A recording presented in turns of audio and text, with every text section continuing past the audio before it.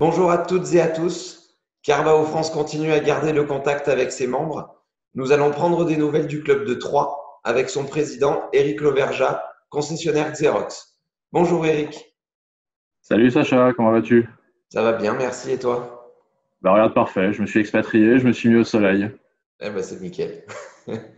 Alors, comment sont les membres au sein de ton club depuis le début de cette crise? Bah écoute, les membres vont bien, globalement, comme tout chef d'entreprise, ils sont sur le pont pour mobiliser toutes les énergies nécessaires d'abord à affronter la crise du moment et puis déjà à envisager la reprise, non pas en termes de date, mais surtout en termes de stratégie et de comment ils vont faire. Donc l'état d'esprit est plutôt bon. Il est évident qu'on n'a pas tous les mêmes contraintes par rapport à nos entreprises, pas les mêmes situations. Donc, il y en a qui sont plus sereins que d'autres. Eh oui, L'état d'esprit est plutôt bon, mais on sent quand même, j'imagine, et c'est le cas dans le réseau, des petites angoisses, si ce n'est des grosses angoisses, sur un certain nombre de sujets. d'accord. Ok. Alors, et est-ce que les échanges pro continuent entre vous? Alors, les échanges pro sont un peu arrêtés au moment du confinement, très Hmm. honnêtement. Il n'y a plus grand-chose qui transitait, en tout cas dans la plateforme. Ça reprend tout doucement, il y a des échanges qui se font. Il est évident que comme beaucoup d'entreprises sont fermées, bah, évidemment, les potentiels n'existent plus vraiment.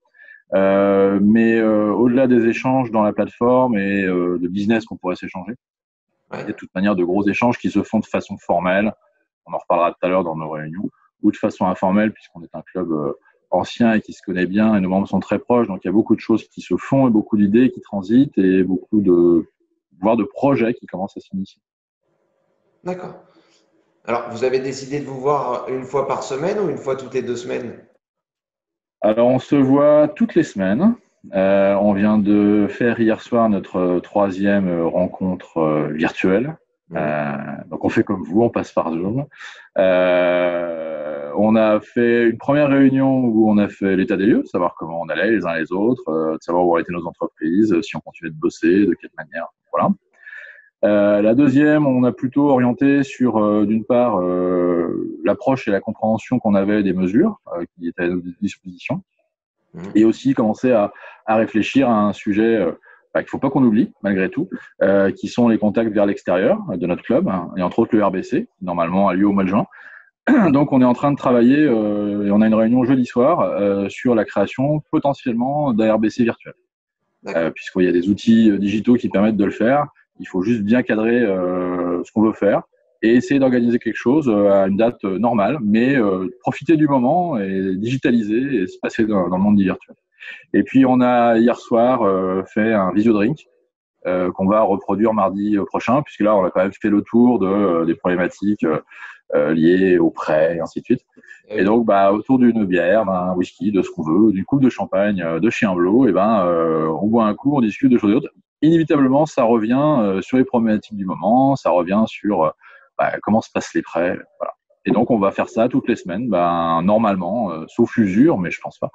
On va faire ça toutes les semaines jusqu'à la possibilité que nous aurons de nous réunir de nouveau. D'accord. Alors, quelles sont vos préoccupations majeures?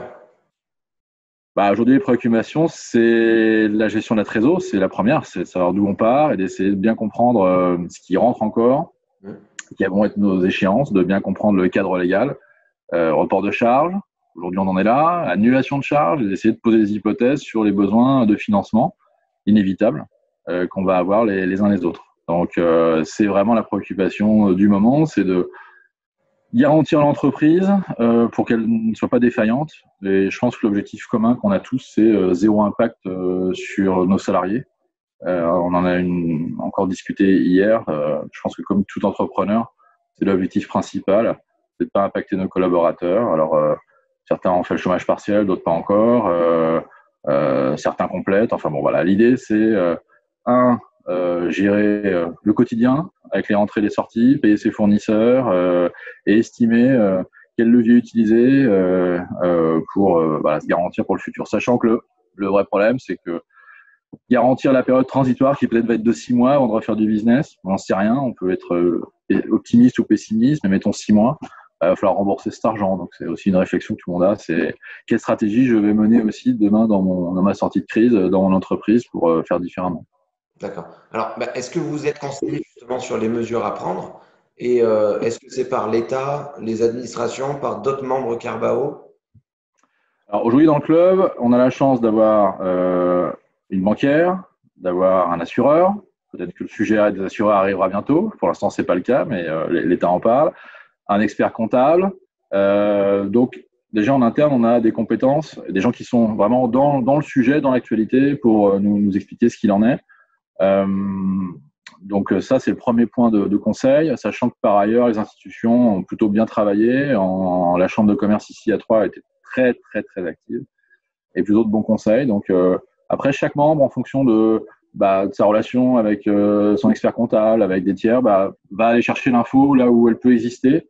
Certains ont travaillé à fond par la chambre de commerce, d'autres sont avec leur expert comptable. Voilà. Donc les mesures aujourd'hui, on les a en tête. Le gros défi, c'est de mettre en place les solutions, c'est de décider si on fait un PGE, si on fait un PGE plus après BPI. Voilà. On a quelques armes à disposition et on essaie de trouver les meilleures solutions. Et globalement, le niveau d'information est bon et on se rend compte qu'au fur et à mesure de nos réunions, là, en 3 semaines, on a tous bien maturé sur le sujet, que les dossiers, pour beaucoup, sont déjà posés auprès des établissements bancaires.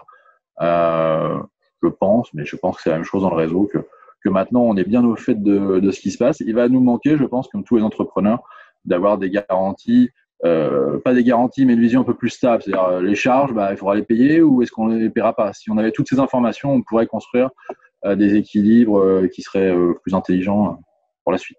Ouais, ça évolue de jour en jour, ces informations-là. Exactement. Alors déjà que dans le business, on navigue par essence dans l'incertitude.